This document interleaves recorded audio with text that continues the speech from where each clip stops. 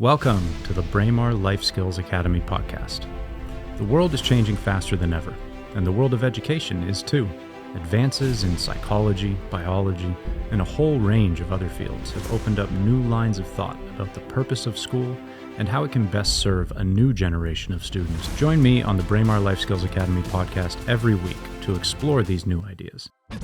In our last episode, I spoke with Miss Nicole Boyce, the director of our art department here at Braemar College, about creativity, the role of creativity in and outside the classroom, and how creativity can be used to improve both the lifestyle and the success rates of our students. And be sure to join us for our next episode, where I'll be talking to two of our awesome student leaders, hoping to ask them some questions about international education and their own experiences in the classroom. Welcome, gentlemen. Thank you for joining me. If you don't mind, could you please just take a few minutes to tell the listeners who you are and anything that they should know before we jump right in here, understanding the student experience, the international transitions to Braemar College, and what it's like being here on a day-to-day basis. I'm going to start with my friend Sacha Simpson. Well, it's a pleasure to be here, Mr. Elsie. I am Sacha Simpson. I'm the soon-to-be alumni of Braemar College. I was born in New Jersey, but I've lived in Canada for about a decade now. Braemar has been a very amazing chapter of my life. It has turned me into the man I am today, quite frankly. I know that sounds quite trite, but it is true. And I'm just simply very happy to be here. Hello. I'm Alex. It's a bit confusing with the names, but I'm the one born in Russia, and I've grown up in Russia. I lived there until I was 7. Then I moved to Europe, and somehow ended up in Canada, and I don't regret it. It's been a very lovely time here. Both these young gentlemen have come to us with very unique journeys, and that will be the main focus of our podcast today, trying to understand the many different ways that we can arrive at such a similar position, not just academically, but in terms of lifestyle and life outlook. We're going to get to all of that, but I do want to make a few caveats and say one special thing here for our friend Mr. Simpson. The first caveat I want to make is it's a little tough being the quote-unquote adult in the room, the host of the podcast, and being the least well-dressed gentleman in the room. Guys, thank you so much, but it should be said, especially Mr. Simpson, this is not an unusual outfit for you. The blazer, button-down, and tie has become something of a daily feature walking the halls here at Braemar. We're going to go ahead and give maybe the year's award for best dressed to Mr. Simpson right now, but this wasn't always the case. So before we jump into the serious stuff, tell us, when did this fashion transition take place? Wow, I appreciate the question. But years ago, back when I first started Braemar, I was very much the hoodie, leather jacket, and jeans guy. I saw Joey Ramone once, and I thought, oh, I want to do that. It looks cool. But during the pandemic, when I couldn't really be out in jackets or whatnot because I was staying at home in sweatpants, I came across old pictures of my father from the 1960s in England. And he was a bit of a teddy boy. He had this bright pink blazer. It was the worst thing I had seen in my life. But it's or the best. You know, I'm still debating that in the back of my mind. And it was with a yellow tie and a blue shirt for a party. And I thought, wow, that's fantastic. I have to do that. And my next sort of inspiration for that was just a general interest. I thought, these things kind of look cool. I'm getting older. Why not just try something? It's my last year. I don't care what people think of me about it. It might seem very boorish and uptight, but, I want to try it. So I gave it a shot, and it actually quite took off. People gave me a lot of compliments in the halls, and I was kind of surprised it was, so well received. But, I still, every now and then, get back my old leathers and look like Joey Ramone. They're good looks to bounce back and forth between, keep people on their toes. And what an interesting example of how we become, especially during this time period in your lives, those adolescent years when, in case you haven't been told this already, you will undergo more changes and in volume and impact than ever in your life. And that doesn't mean you can't continue to change later, and I'm sure you will. But it's been really cool, Mr. Simpson, having you here at Braemar for the past several years. I've been lucky to teach you, and even luckier to help to supervise and work with you on student programs throughout at least the last 3 years. And now happily for all of us, we're all very proud. We're thrilled to hear just this past week that you've been accepted to the University of Toronto, just outside those walls and across the street, not making a major geographical change. Your commute to school is going to remain much the same. Thank God. But wow, what an accomplishment. Let's just say a big Braemar podcast congratulations to Alexander Simpson, who will be joining the University of Toronto next year. How's that feel? Well, I'm truly flattered, first of all. But it was a massive weight off my shoulders initially.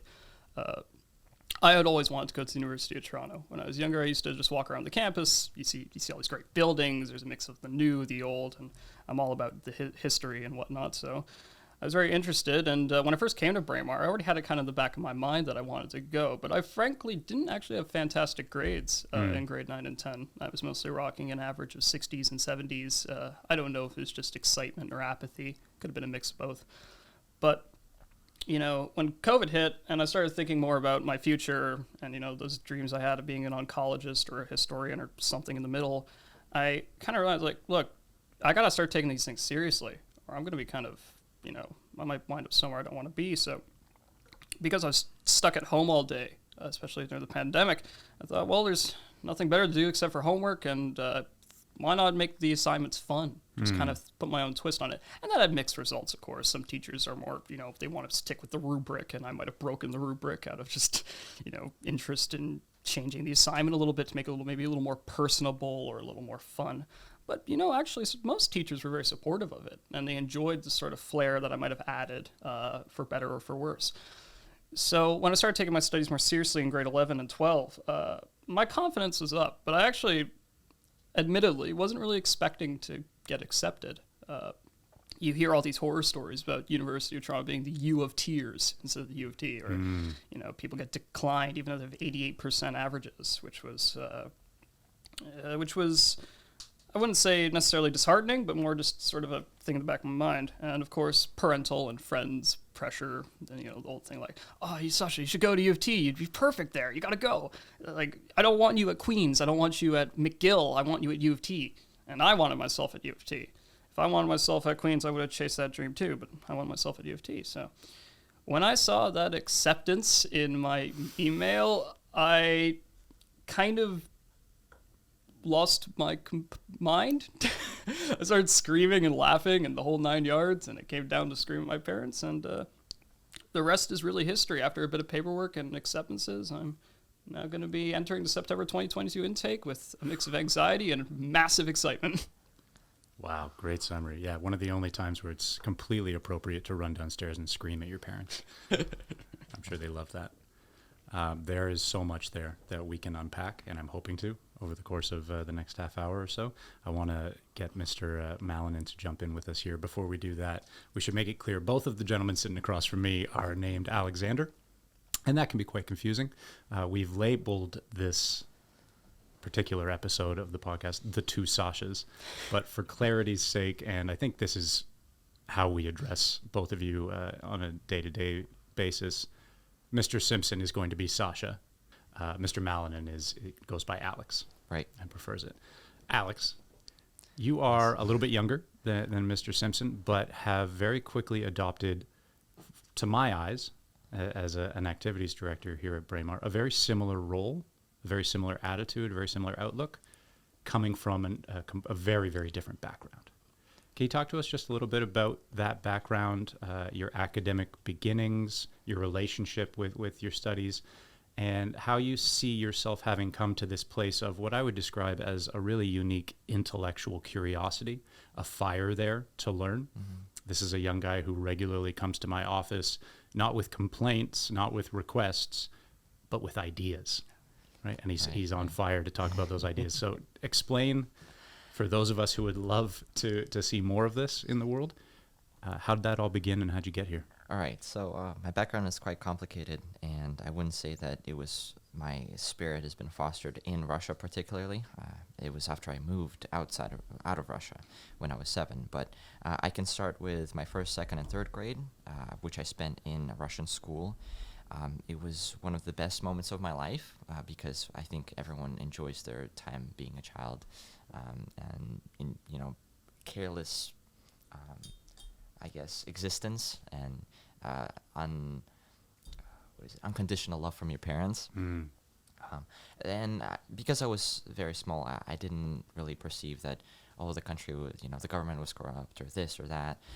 All my life consisted of was waking up, getting an amazing breakfast, walking to school, enjoying school time, learning Russian, learning, what third grade kids learn, not something very complicated, something, that you'd enjoy. And an amazing homeroom teacher, Dinara Sergeyevna, that's in Russian. She was the strictest teacher in the entire school, and I got into her class that everyone wanted to get into. All parents wanted their kids to go into their class, because when everyone else, there was this staircase that that'd be the exit of the school, and everyone just ran down the staircase. And when my mom came up to one of the guards asking where I was, he said, "Just wait, you'll see her class, the teacher's class."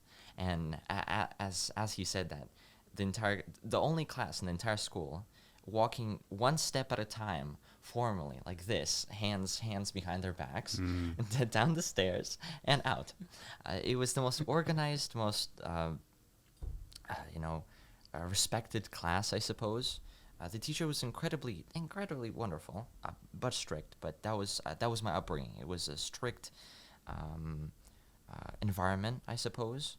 It wasn't much for, there wasn't anything I was told that I have to believe in or I had to do. It was more of just a concrete base for how I would act in the future. Right. It kind of built up my, I guess, character too, because that's where your character forms usually. It wasn't really a nice place per se, but I got lucky with the teacher. And so my mom moved out with my stepdad and left my grandma and my father in Russia. We moved to a little country called Slovenia in Europe, which is adjacent to Italy, to the right of Italy. And it's only 2 million population, completely different thing. And now I was exposed to a school in Ljubljana, which is the center of Slovenia, the capital.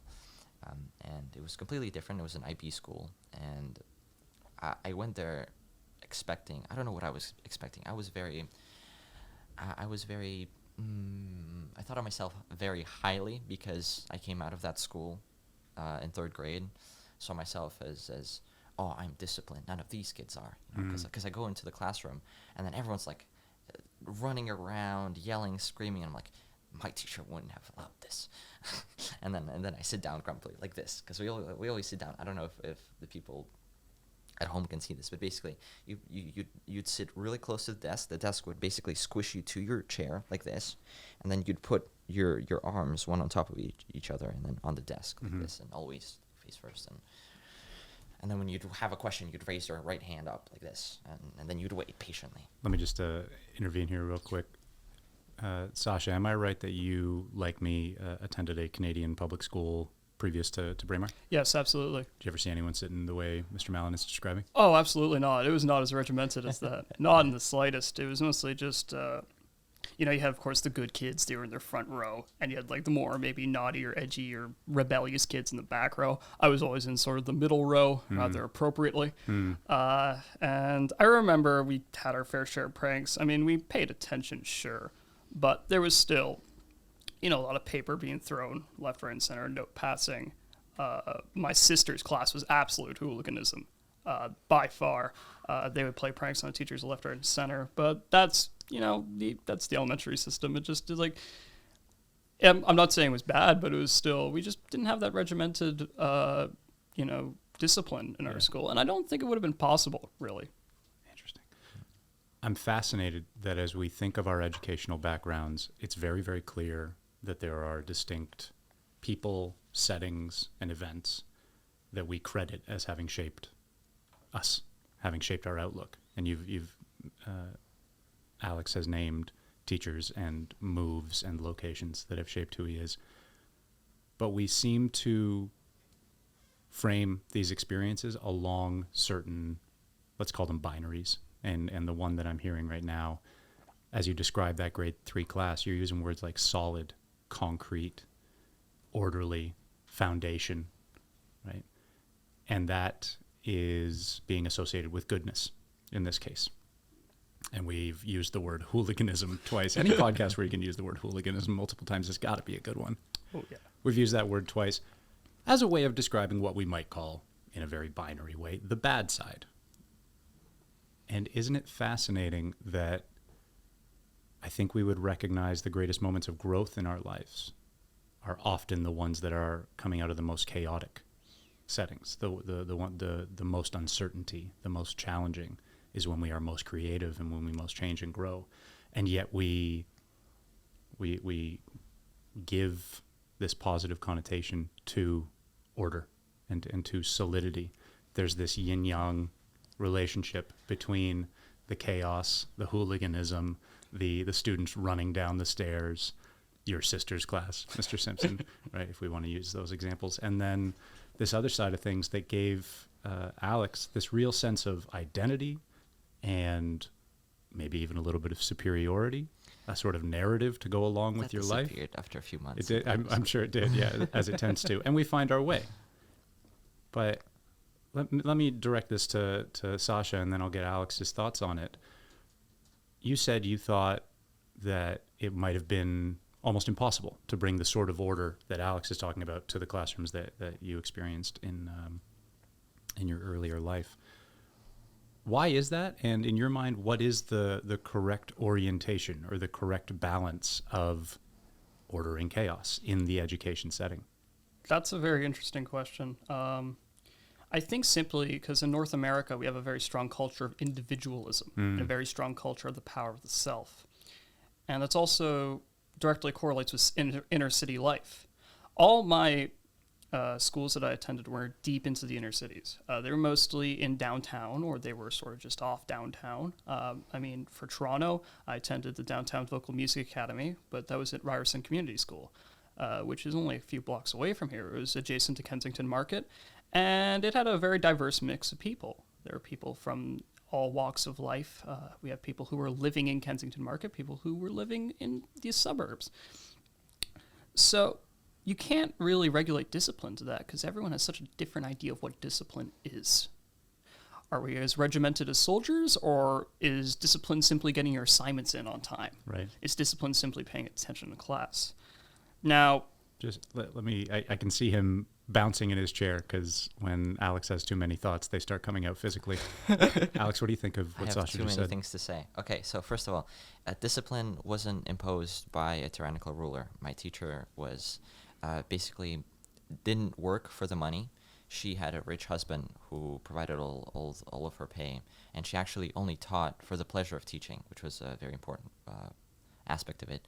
But she basically structured, she put order into the classroom because she got every student to respect her. Respect and kind of her being this idol in a sense where the kids looked up to her. Her disapproval meant the world crashing.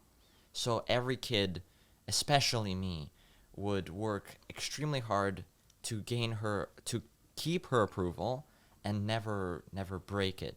I know one of the most devastating moments in my entire childhood wasn't me physically being hurt. It was me getting a 1 out of 5, like a basically 0% on an assignment, and her just saying she was disappointed in me. Mm-hmm. And when you respect someone, their opinion and their what they teach and what they ask of you to do, you follow that, right? There's a mutual, there's a relationship between the teacher and the student, each one, because no matter where you sat in the classroom, there was order. Wow. No matter in the back, no matter in the front, I was more in the middle too, but it did not matter. And people wanted to answer questions. People put their hands up. People wanted them to be picked so they could prove their worth to the teacher. It sounds like there's a ton that I could learn from a teacher like this, because you've described someone who does what they do for pleasure and yet creates this environment of energy, but also a lot of discipline and respect. Definitely. And we're going for something like that balance, I think, in the most serious portions of our lives, whether it's in a classroom or in a workplace, or even in specific relationships and domestic settings. There's always this interplay of the new and the changing and the chaotic and what we might describe as fun, the unstructured fun, and the discipline, the order, the seriousness. Something that I think both of you embody very nicely as students. You're able to play, you're able to enjoy, you're able to empathize, you're also able to knuckle down and get the work done when it needs to be. Let me just follow up with one question, then I want to come back to Braemar and your experience here at Braemar. But Alex, your teacher taught for pleasure. Right. And yet she brought this incredible identity to the classroom. Did the students have pleasure in your classroom while they were raising their hand and fighting for those high marks and for recognition? I remember all of my friends, the entire classroom just jumped in their seats. Like they would do this and they would rise up. They would do this. I did this a lot. And you'd want the teacher so badly to pick you. You'd literally stand up and like jump on it. It was amazing. Mm-hmm. Yes, they had a lot of fun. And the best part is that even after the school ended, we had something called prodlyonka, which just means in Russian and lengthening, I guess. Which just meant after school activities, because a lot of the kids' parents... Extension, kind of, yeah. Basically, a lot of kids' parents didn't come to pick them up at 3. They worked around until 5 or 6, right? And so there was another teacher who took care of us after the classes ended. And it was like building Legos, writing stories, playing games. That was the playing aspect of the day. And so not only did we enjoy learning in the conventional sense and proving ourselves, but we also got to play, and so we weren't really starved of recreation. It was a really nice balance where we enjoyed both kind of time periods, but it was a good balance. That's what I was aiming for, at least. I love that. And in as much as we pursue goodness, success, health in a number of different areas of our lives, it seems that the answer always lies in that middle way, that balance, right? Sacha, any thoughts before we jump into Braemar here? Not really, but I'm just thinking about the staunch contrast, really, because I remember there was never really an encouragement of being competitive in my school. There was never an encouragement of wanting to raise your hand up, because most of these kids were just here to, because they had to be. Not because they wanted to be or they were genuinely interested, because they had to be. Mm. And I remember me and maybe a couple other students were very interested in our subjects, but we didn't like the way that they were taught, because most of our teachers, they weren't teaching out of passion like Alex's teacher were. They were teaching for a paycheck and a paycheck only. So their idea of teaching was to stand in front of a Bill Nye the Science Guy video and let him teach for us. So I remember a lot more self-learning and a lot more just having to buckle down and teach myself or help my peers, or we sort of lean on each other to learn. Wow. It wasn't until, I'd say, grade 8, I had this great teacher, John Wynn.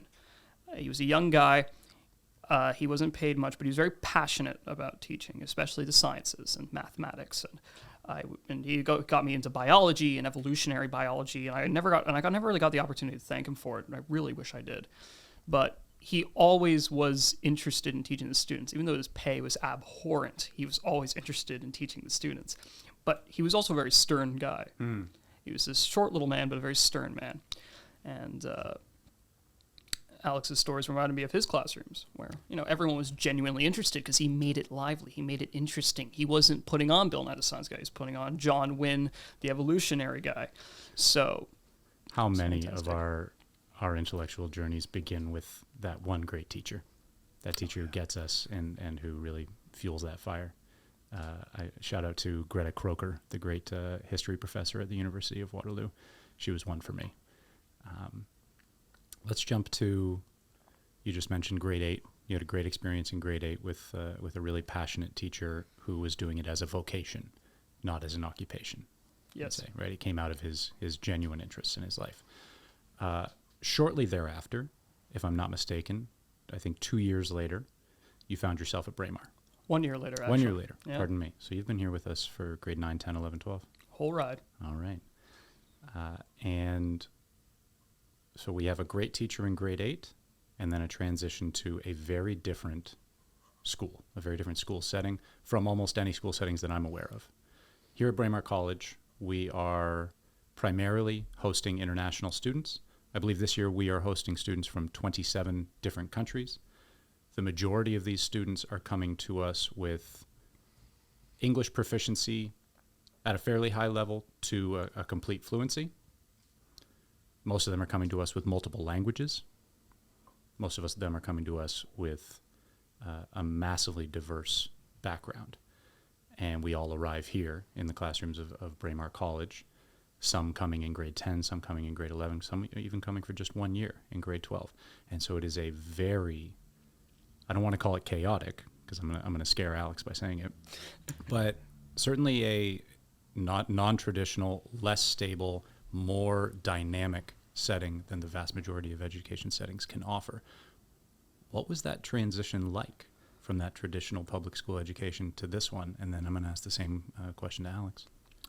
Well, the first big change was seeing students leave after 2 months or 6 months that they left, or graduating at random terms, or not having the same teacher the entire day. My old school, there was only 3 teachers. At Braemar, when I first joined, there was at least 50, I swear. And I had no idea who was who. We should be clear. There's probably 50 teachers and staff combined. Probably. I think we're looking at more like 20 to 25 teachers. Yeah, that sounds more reasonable. I guess grade 9, he was just that intimidated, though. So, and you see all these faces and everything like that. So it was new. Another thing that was a big shock was the 2 classes for only a few months system. Whereas in my old school, you had a class for 1 hour each day all the way till the end of the year. So Braemar's structure, there is 5 terms, including a summer term. Generally, the academic year encompasses 4 terms where you take 2 classes, or 3, but generally it's 2, for about 2 hours and a half in the morning and about 2 hours and a half in the afternoon. About there, it changes a bit. And that's a little more akin to a university education, where it's more along the lines of a lecture. Now, the classrooms themselves don't function like a lecture, but they have the same sort of time slot as one. But as such, a lot of students say will get their necessary credits, earlier than say others, or they'll just be only here for a few credits. So students are coming in and out quite more frequently than say at a public school. At a public school, you are generally there for the whole 4 years. If a public high school, you'll join, you'll get your diploma, and you'll leave. But at Braemar, some are only here for a few years, some are only here for a couple terms, some are only here for 1 year. I know friends of mine who were here for mostly 3 years because they did grade 9 and say their home countries, and I've known people who were here for only 1 year. Yeah, it's a very unique education setting. Upon arrival and upon your first few months here, what were the sensations? What were the major challenges? And if you remember any of the high points, the joys that came with that? Okay, so the first few months hadn't been very, let's say, joyful. So I don't really have any high points there. I think the moments I most enjoyed are roughly now. But I think my biggest shock was definitely the 2 classes instead of the 10 different ones in one day. However, I think it is better if you can, that system is better because it doesn't really fracture your attention span as much as a traditional system, because it takes you roughly around 30 minutes to 50 minutes to really get into whatever you're doing, your mind to focus in, because there's no such thing as multitasking. Would you call it a state of flow? I'd call it a state of concentration. So challenging at first, a major change, totally different structured school. I assume surrounded by classmates, many of whom are from places that you likely haven't spent too much time thinking about or researching. And that's certainly been the case for me, teaching students regularly from countries that I have to do my research on when I meet them. But you talked about a lot of the pleasure, a lot of the success having come kind of in the second half of your experience here.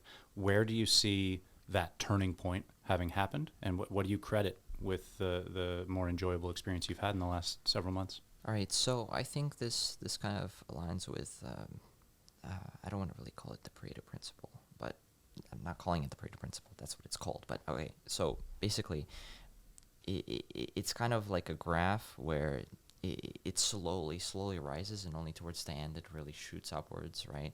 I think the reason I really didn't enjoy my first half of the year was because I was firstly very homesick, and I had a bunch of other problems that came from being homesick and my inaction in the whole education, I suppose, because it was really easy for me to fall into, and I did fall into this whole thing where I'm sad, I don't have any friends, I'm homesick, a bunch of other things.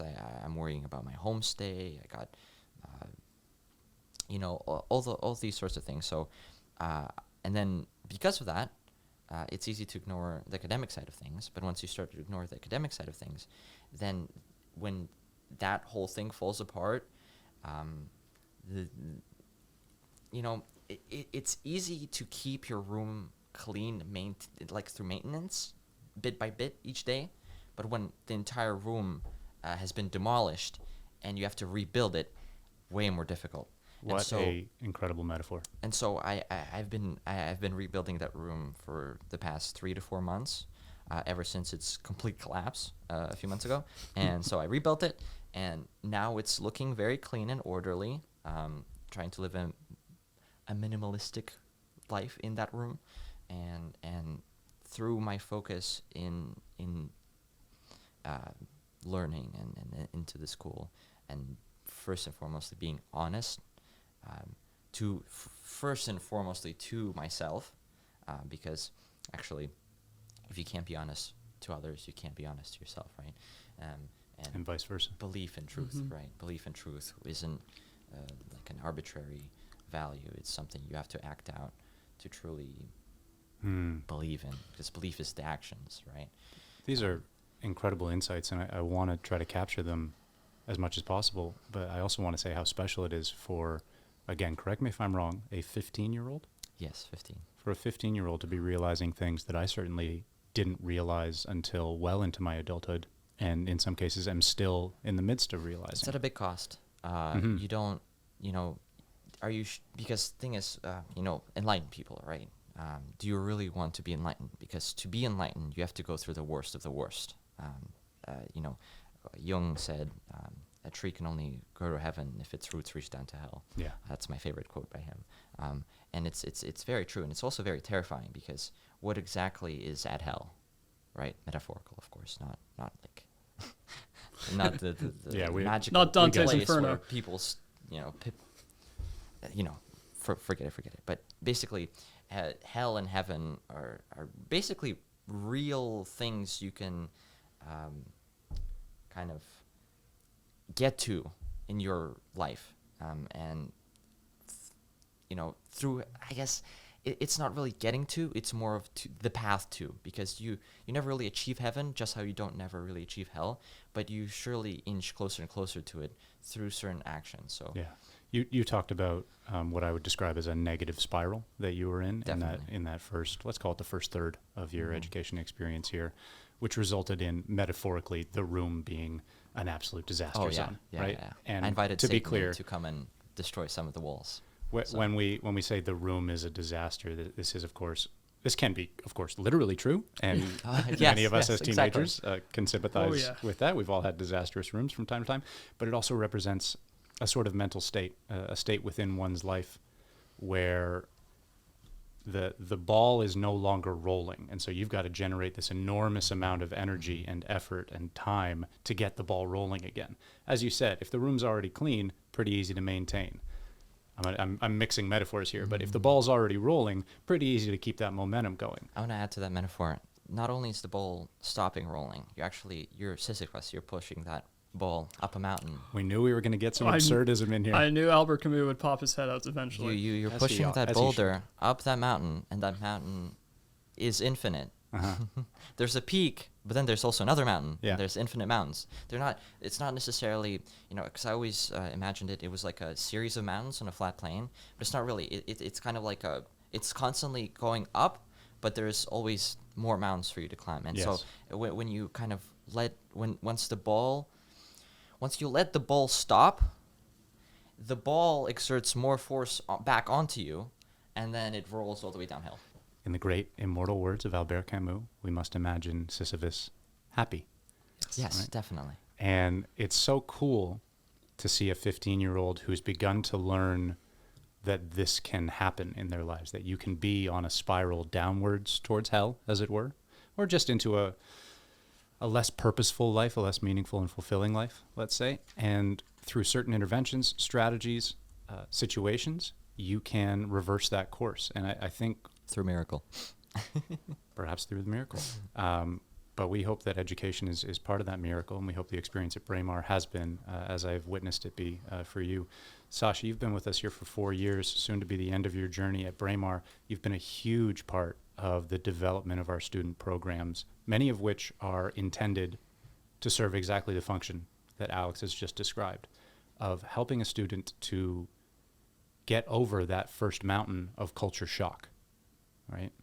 The alienation, the loneliness, the lack of belonging and recognition that accompany moving to a new place by yourself and not seeing yourself represented in most of the places you look. You've helped to develop these programs. What's that experience been like, and how have you seen it changing the lives of your peers, maybe even yourself? Talk about some of the programs that we've developed together in the past and what they've done. Well,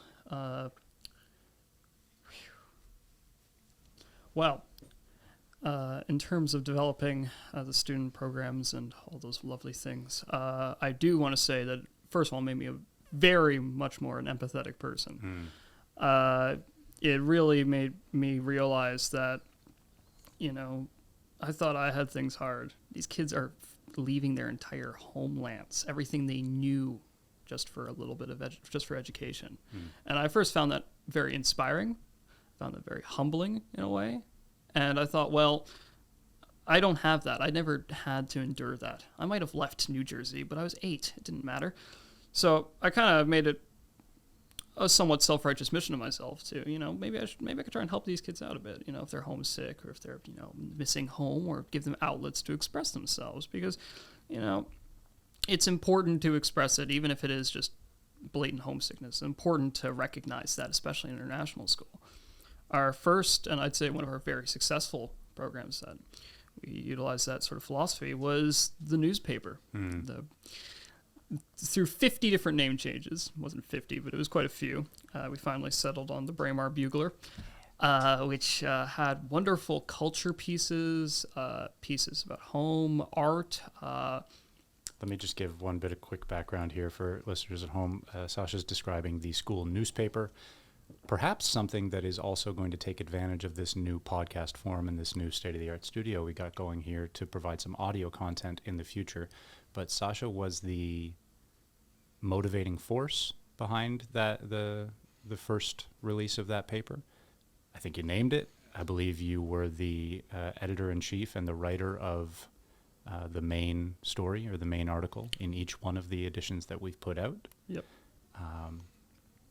And I can say quite comfortably and quite confidently that newspaper would never have existed. It would have never gotten off the ground without your efforts. So sorry to cut you off, but just to explain what that early process was like. Continue. Yeah, so the Bugler was a massive success. I think our best edition was the Christmas edition. I thought so too. Because many of our students were able to express their old, Christmas traditions, or maybe it was Kwanzaa, or maybe it was, New Year's, especially for the Eastern European students. And we had these great stories about old traditions around the world. And that was our best issue. Mm-hmm. Nearly everyone read it. And I think it definitely opened up a bit of conversation, because often what would happen at Braemar, and it doesn't really happen anymore, but it used to be that a lot of students would just gravitate to people that came from the same country as them. The Russians would hang out with the Russians, the Ukrainians would hang out with the Ukrainians, whatever, which is completely fair, especially if you're homesick. But I think especially as the year goes on, people sort of branch off into a mosaic. All their friend groups become mosaics of Vietnamese or Ukraine or Russia or Iran or anything like that. So I think that encouraging the people to just kind of break free of their old nationality, not break for their nationality, but explore a bit. Yeah, extend. I Extend think was a word that we used earlier. It was. Yeah, and just because only a few different ethnicities have been named so far in this segment, I also want to make sure that we recognize, because recognition is exactly what you're describing, some of the other ethnicities that play a major role here at Braemar. We have a large Vietnamese base. We have Chinese students, several from South American countries like Ecuador and Colombia. We have Mexicans. We have Peruvians. We have Germans. We have French. Quite a few from Sub-Saharan Africa now as well. Sub-Saharan Africa as well, from Uganda and Nigeria and Tanzania and Kenya. We're lucky to be joined by 2 different teachers from South Africa. You mentioned Iran. We have Italian students. Now I've gotten myself into a quandary, because if I don't name 1 or 2 that students are from, I'm going to get in a bit of trouble. I'm sure I've forgotten a few, but it is a massively diverse school. What you've just been in the midst of describing is an articulated stage of culture shock. Yeah. I think, where, as I mentioned earlier, you look for representations of your identity everywhere you can go. And when you come to a brand new country, you often don't see them. And those representations of your identity could be words on a billboard written in your home language, or it could just be what people walking down the street wearing the same clothes and looking the same and behaving the same as you. There's maybe it's seeing your favorite dish advertised at a couple of restaurants you go past. There's endless ways we see ourselves and our cultural identity represented. Difficult when you come to a place where that's not the dominant cultural identity. And so that maybe that second mountain, after what we might call denial or just shock, is coming to terms with the fact that you will not be as represented, or you're going to be differently represented here. And so we get the move towards the mosaic. Yeah. As you've said, this move towards establishing a social group and an identity that is far more diverse and extends in many more directions than most young people would ever think of or have access to. Yeah, but I think the setting of Toronto helps in that regard. Toronto is a multicultural, multi-ethnic city. If you look hard enough, you'll find an example of every culture here. We are very proud of that. Alex, do you feel that when you're walking on the street? Feel what? The multicultural identity of Toronto. I don't know. I don't really pay attention to the ethnicity of or culture of Toronto. It kind of blends into one conglomeration of just Toronto that I just label Toronto. It's a bit funky because the styles of buildings are all different. The people are mostly all different. And it's just, it's just individuals. So different becomes normal. Yeah, I also have something to add. So when you move, especially such a giant move from from continent to continent, what you want to make sure you're not doing is that you're not actually still staying in the same place. And this is what Jordan Peterson talks about in his book, because it's very easy to move somewhere, but still be in the same metaphorical place. When you move, you have the chance to be someone else, be someone new, reform your identity, become someone better. If you move somewhere, like, for example, I can speak on this because I'm Russian myself, from Russia to here, yes, it's incredibly easy to just act out the same culture in Russia with other Russians that bond together. However, that's no growth, and that you're the same person. It's if you never left Russia. What's the point of coming here then? Interesting. There. Would you say that Braemar insists on opportunities for change and growth? It gives you the opportunity to change and grow. It's definitely hard, personally, to make the first step and put yourself into the discomfort. It's not just discomfort zone. It's the discomfort zone. It's so hard, so absolutely hard to keep pushing, even when there's uncomfortable situations. You don't know what to say, but just get into a new kind of environment. But I totally understand that when your language, like your English, isn't on par, it's not what you want it to be, and you're ashamed maybe that you can't keep up the same intellectual conversation with other people, that it's easy to revert back to your home language and do so with other peers. But then again, you're only delaying that future, that possible future where you are intellectually on par with your fellow students. That's right. In English, right? And this is something the staff and teachers of Braemar are I think you'd admit, completely aware of.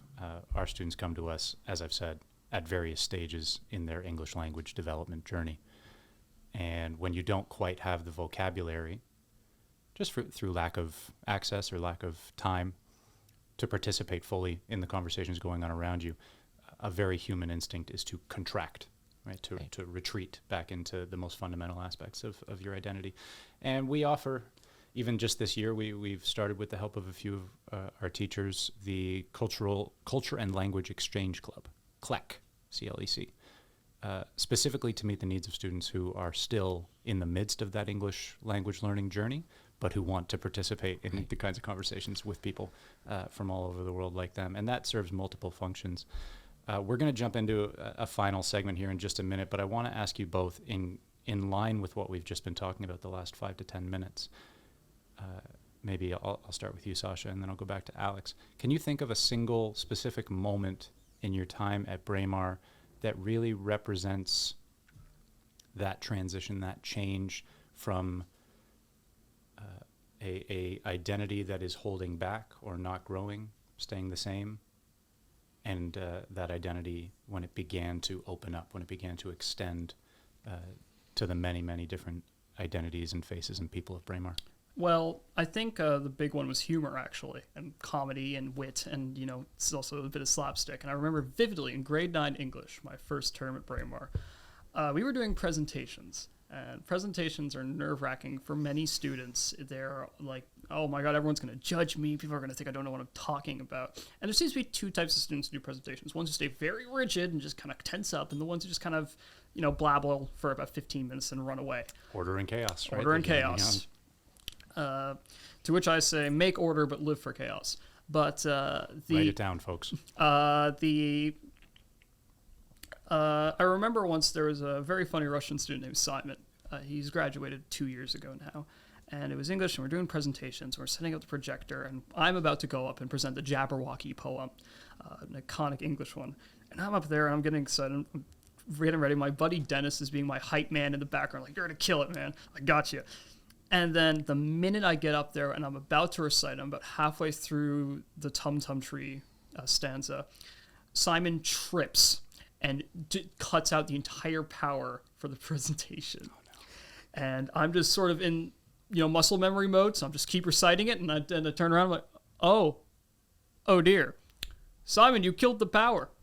And for some reason, that line just caught on, and it became an inside joke among that English class for the remainder of term to randomly say in the middle class, Simon killed the power, and then shut off the lights. Isn't that cool? Like some verbal artifact like that may be meaningless in the moment comes to be this thing that a class builds its group identity around. And it absolutely did, because that little artifact of speech basically became the inside joke of the classroom, and it made everyone way more lively. Everyone was talking to each other way more, be it through that silly joke or notes we passed in class, which reminds me, this was back when the phone bin was a very common policy at Braemar. Right. You had to put your phones in a bin, but our teacher was far more relaxed and admittedly often let us have our phones for class. Someone discovered that everyone's AirDrop was on, and I remember for one period, everyone did nothing but AirDrop the most hilarious memes or pictures they could find. And that really brought us together. I think that was the class that had the most open discourse, because everyone could just talk about anything. And I learned so much from different cultures, and I made some friends there. Like, that's where I met my friend Dennis, who was my lifelong buddy. Yeah. At the entirety of my Braemar career. To this day. To this very day. A friend of mine named Richard, a friend of mine named Hibba, so on and so forth. And I still think of humor as the ultimate way to break a barrier in that regard. And I think that was sort of the perfect example. It was just a silly joke. It was hardly even a joke. It was a part of speech that became an inside joke, but it made the class infinitely more open. Yeah. Funny that inside jokes classically are not understood by those in the quote-unquote the out group, right? Even the fact that we call them inside jokes, we think of the terms of evolutionary psychology and how we are designed in so many different ways to identify the in-group. Who is my in-group? And only through trial and error and practice and in some cases experiment and failure do we come to expand that in-group to include new classmates, a new city, a school culture, etc.? Alex, what was the moment for you? Well, actually, my first period, I actually have a lot of experiences, but I think in one case it was being humor, definitely the same thing for me. It definitely opens people up. It's such an important lesson to learn. We do have a new student body coming down the pipe pretty soon. A new term begins next week. Right. There will be new students walking the halls. And in years to come, that will continue to be the case with each of the new terms at Braemar. As two young people who have been through Braemar's education structure, have had what I would call a high level of success, both in and outside the classroom. I think having listened to the two of you talk for the better part of an hour now, nobody would be surprised to hear that you're both doing very, very well in the classroom. We want to give some advice to prospective students and students who may come to fill your shoes in the future. So I've got a couple questions here. We're looking for short, rapid-fire, instinctual answers from each of you, just based on your own experience. Hopefully have a little bit of fun here. So imagine yourself, maybe Sacha, we want to think 4 or 5 years ago. Alex, we can think 2 or 3 years ago. So you're talking to your younger self. First question, going to you, Sacha. What is your number one study strategy as somebody who literally just wrote their final exam of the term yesterday? If you want to remember a fact, turn it into a rhyme almost immediately that you'll remember. It's the ancient Mongols, the 12th century Mongols used to give all their orders in rhyme, their military commands in rhyme, so that they would never be forgotten, and that way battle orders were correct. So if you want to remember a detail about something, make it a rhyme. One that I made in the 1860s, for my own history love, was in the 1860s, Bismarck made his mark by invading Denmark. And I'll never forget. Remember it to this day. I remember it to this day. Yeah. So that's it. Man, I love talking to Sacha Simpson, and it's been such a pleasure having you wander into my office, a couple times a week over the last few years, because I always get a new fact like that one. The 12th century Mongols delivered all military orders in rhyme. I will be using that in the future. Thank you very much. I'm going to miss our conversations when I go to university. Well, hopefully they continue into the future. Will. Next question. Alex, you talked a little bit earlier about the room, the space. Right, very important. Keeping a room orderly so that you can keep your mind orderly. Yes. Give the new students coming in the future some advice about how to organize a workspace. Okay, here. I'll actually give this also more generally how to study properly. Okay. So first, what you want to do is you want to have as minimal amount of things you need to study. 2 pens maximum. Two of anything maximum. Throw out anything you don't use for longer than a week. 2, keep everything clean. No garbage. 3, keep your bed always made. 4, keep your desk away from the bed, facing away from the bed. Never looking at the bed, because that conditions your brain to, time to sleep. And then you fall asleep during study time. 5, to have a study lamp, because when you have the study lamp, you turn it on when you study. That conditions your brain. Study lamp on. Study mode activated. Okay, and then 6th, you want to have basically a technique you use to study, like the Pomodoro technique. I know a lot of people heard it. Feel free to modify it, like the popular Pomodoro technique, which is 40 to 60 minutes instead, and a 15-minute break. And I think my last recommendation is to have either noise-canceling headphones, either earplugs, or anything that would make you more comfortable studying in your room. Anything like that. Make yourself tea, make yourself comfortable, put on lo-fi. Make studying enjoyable. Most important one out of all of them. Can't say that loudly enough. Make study enjoyable. Make the space comfortable, right? Make the process pleasurable. I'm really, really glad we're recording this, because I have a feeling the listeners are going to need to rewind and catch those 7 or 8 incredible points again. But what a cool time to be alive, where all of these, I'm going to call them biohacks, are so available to us. Stuff that, I'm sure you're aware of this, 100 years ago when I was a 15-year-old, nobody was talking about this stuff. Nobody knew this stuff, the threat of blue light, how that operates on your endocrine system. Stuff like binaural beats and lo-fi music and how that correlates with more focus. Stuff like turning your desk away from your bed so that you don't have the associations of rest. Nobody was talking about this 15, 20 years ago. And now it's becoming common knowledge. And we're seeing the effects of that. Very, very cool to hear you speaking so competently about that, Alex. We're going to go one more each. Okay. Excited. Sacha, you've selected the University of Toronto. You're excited to be heading there in the fall. Talk to some new students about how do you select a university program? What's that process like, and any tips you might have for it? Well, U of T is a bit strange. You're not allowed to pick your major until your first year, so your program is very much not totally set in stone. It's easy to change. But I'd say, as an advice for picking your program, pick something that's in between what you are best at and what you want to learn. Do not lean towards the totally familiar, but don't throw yourself into the sciences if you're a humanities person. You don't want to, wind up there either jaded and bored, nor lost and drowning. So I picked, general arts and science. I have aptitude for both the sciences and the humanities, but I'm not fantastic at mathematics, and I want to improve that. And the arts and sciences program has all three of those: science, humanities, mathematics. Excellent. So I have some familiarity. I'll be able to take biology and history and all these things I love, but I'll also be learning vector calculus, something I am not very good at, admittedly. I was going to say, those words terrify me. Vector calculus? Yeah. Like quantum mechanics. And Orbital string theory. mechanics, Yeah. centripetal force.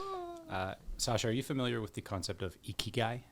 Oh, I know. The name's familiar, but not the concept itself. We can make this the subject of your next research project. Ikigai is a recognition of 4 major forces that might determine our motivations and our direction in life. Venn diagram.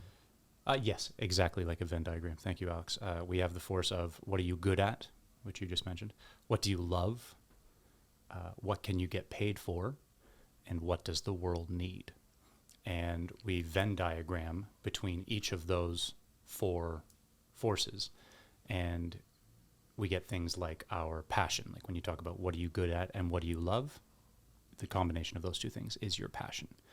What are you good at and what can you get paid for?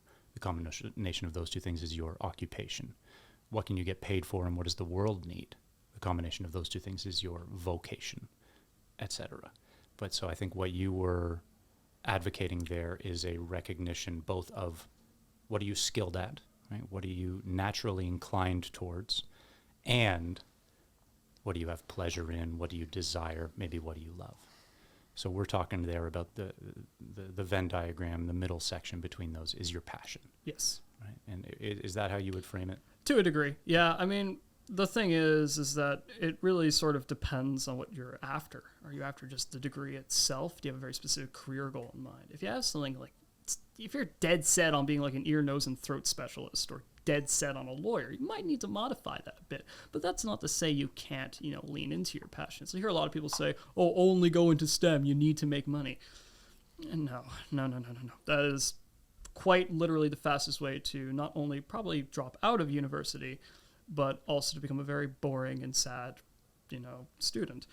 So you need to be authentically represented within whatever academic course you take. Exactly. You need to be honest with yourself. It might be true that you might make more money with a computer science degree, but are you really going to be a computer scientist? Mm-hmm. No. Then, move on. Or in some cases, yes. But absolutely. We better be able to myself. find some fulfillment and some pleasure within that life, or else you're setting a path towards There are far too many students in law or pre-med that really don't want to be there.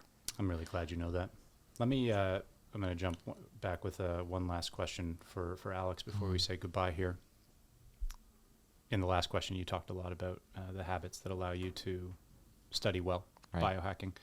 What are the most important general lifestyle habits that you've adopted and which you might recommend to help other students survive and thrive at any stage of their education? I'd say a very general rule is that, a lot of people have a conscience, right? A little voice or a feeling within them that tells them when they do something if it is wrong, whether it's lying, whether it's, anything really. When you shouldn't be eating sweets, or when you shouldn't be drinking, for example. I'd say, because that's, for example, what Socrates did. He followed that voice religiously, basically. He thought it was a voice from the gods. And that's partly why the Oracle of Delphi named him the wisest person. And so, basically, even if the voice told him, do this, very arbitrary, walk to the right instead of the left. He'd still do it, no matter how nonsensical it might have seemed to be. But it's partly right, because partly your conscience isn't fully developed. The reason you have a choice not to follow your conscience is because it develops through culture and through your experiences and hardships. But that voice of the conscience, or that feeling of the conscience, is incredibly important. Secondly, how do you cultivate attention towards that voice? Basically, I'd say do the simple things that you know you're doing against the will of your conscience. Like, for example, I don't know, sleeping in, for example, or going to sleep late. Simple things that you could conquer to make the voice stronger, so that it can control more of you in a sense. Yes, it's not like you're giving up your free will, because you always choose to do it, but being more aware of the voice is always beneficial. But I think that's too general, and not many people understand it.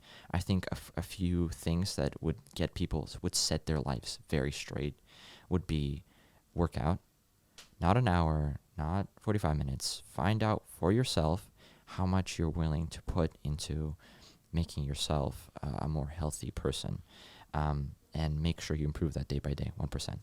And so for me, it was 30 minutes, and I still keep up the 30 minutes. And 30 minutes, I think, is a good balance, because you don't need more than 30 minutes as long as you're working out hard enough. Work out, eat well, cold showers. Walking isn't really necessary. I'm more of a inside dweller. I enjoy sitting in my room. It's more the outside is scary. No, I'm kidding. But you kind of get that now. But work out, eat good, sleep well. Oh, sleep is so important. If I get 7 hours of sleep, my intellectual capacity is around 50% if I compared to if I sleep 8 hours. Just 1 hour has 50% increase. Completely insane. And lastly, I is following that voice. So whatever you feel is wrong, like, for example, let's say you're drinking alcohol when you shouldn't be, stop drinking alcohol. And even though many people, because the thing is, there's some things that might seem nonsensical to others when you tell them, I feel bad doing this. But then they will tell you, no, why you feel bad doing this? You should be doing this. For example, it could be very well that they are right. It could be that they're wrong, though. Maybe you're in the wrong group of people that are advocating for something that shouldn't be advocated for. The thing is, what's really great is that your conscience is formed when you're young. That concrete time in your life, like that I was talking about, first, second, and third grade, that concrete time is your culture. The culture forms your conscience and develops it. And the thing is, your conscience doesn't go away no matter how deeply you can disrespect it. Thankfully, you can always get back on track. And so even if the voice sounds nonsensical and sounds stupid, still follow it, because you might find out that through following that voice, through living your life truthfully, through never lying to yourself and never lying to others, because telling the truth is an adventure, in the words of Jordan Peterson, definitely is. You might realize that those people weren't the right people for you. Telling the truth is an adventure. It definitely is. And I think common thread through what both of you have just said is putting a great deal of serious thought and attention into identifying an authentic self, an authentic inner voice, an authentic direction, even if we do also remain flexible and adaptable in the midst of that. Gentlemen, both of you have been instrumental in pushing the idea of this podcast forward. I need to say a special personal thanks to each of you for having made my time this past year, a very difficult year in education, much, much better, much more enjoyable, much more informative, and challenging in the very best way. Sacha, we wish you nothing but the best, and we have expectations of a very, very bright future for you. Also very excited that you're going to be just across the street at the University of Toronto, because now you don't have any excuse for not coming to see us. Alex, we're going to wish you well as well, flying out, I believe, is that tomorrow? Oh, yeah. Yeah, so making another major life transition, going back to another country, hopefully with some skills. And I think for those who've been listening the last hour, obviously an outlook that is going to help you to continue to pursue the wonderful, authentic self that you are. Gentlemen, thank you for joining us. Any final words before we say goodbye to the folks at home? Thank you for listening. I appreciate it. It was a pleasure. Thanks for listening. Yeah. We look forward to introducing more guests of if we can manage it, equal quality in the future. All the best till then. And be sure to join us for our next episode. I spoke with my colleague James Olson about his strategies for personal development and how they inform programming at Braemar.